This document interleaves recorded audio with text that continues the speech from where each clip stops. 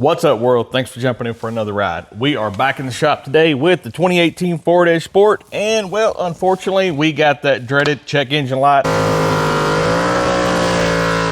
Now, I want to go ahead and start this out by stating right up front that I am not a certified Ford technician. In fact, I probably know just about enough information here to get me in trouble. So with that said out loud, now I've gone ahead and connected my scan tool, and what we returned is code P144C.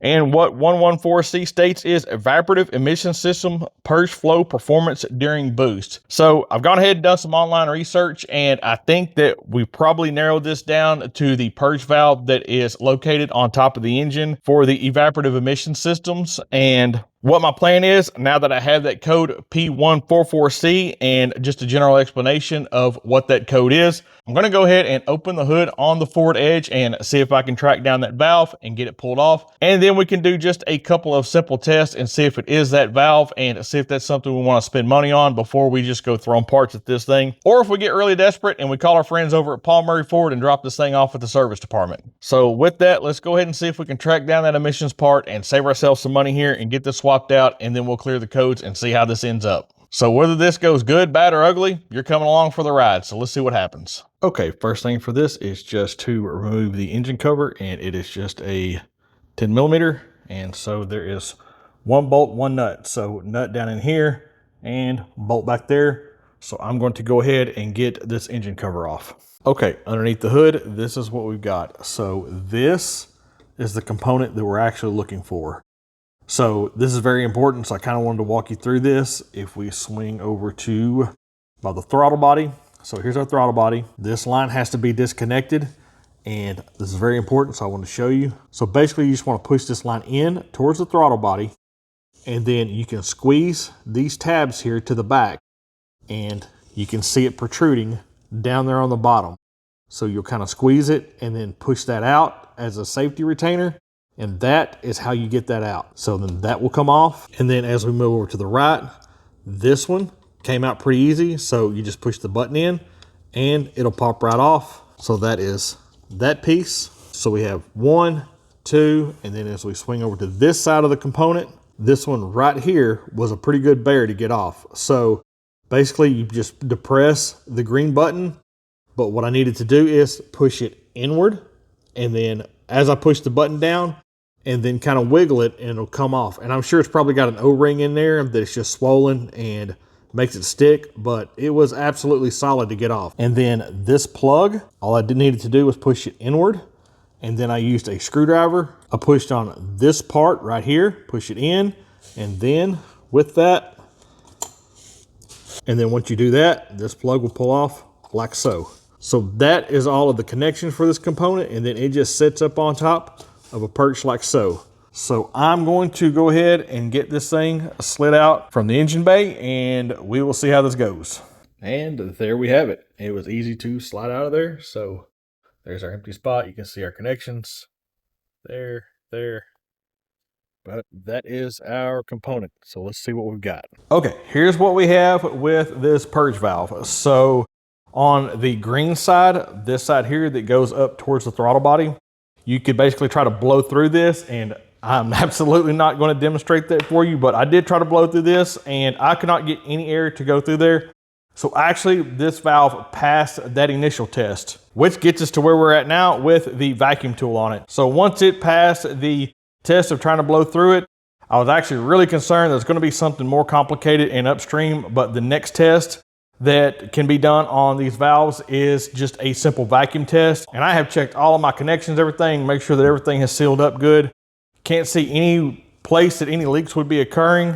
And again, I'm gonna say this probably multiple times for this video, I am not a Ford technician, but from everything that I can find, this thing should hold a vacuum somewhere between 15 and 20 inches of vacuum. And as you can see, literally we can barely get up past 15 inches of vacuum, and you really gotta try to get up past 15, and this thing absolutely takes a massive dive.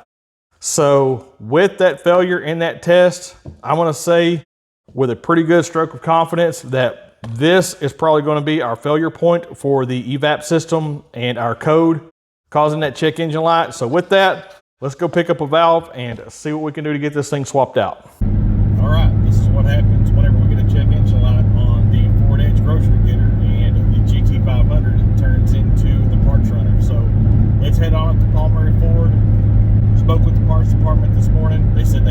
part in stock, 105 bucks. Can't beat that for a Ford OE part. So we're gonna head on up to Paul Murray Ford and get this part picked up and see if we can get it swapped out real quick.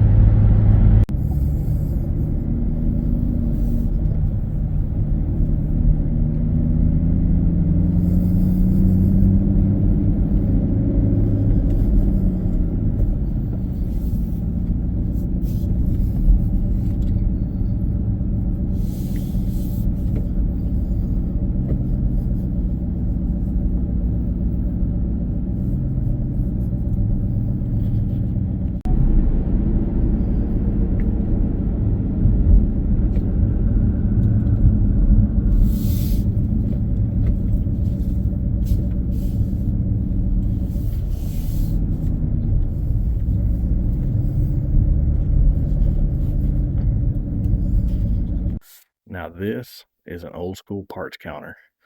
This is exactly what it's supposed to look like. All right, we are back from Paul Murray Ford with our new components. So you can see, I'll give you the old part number there.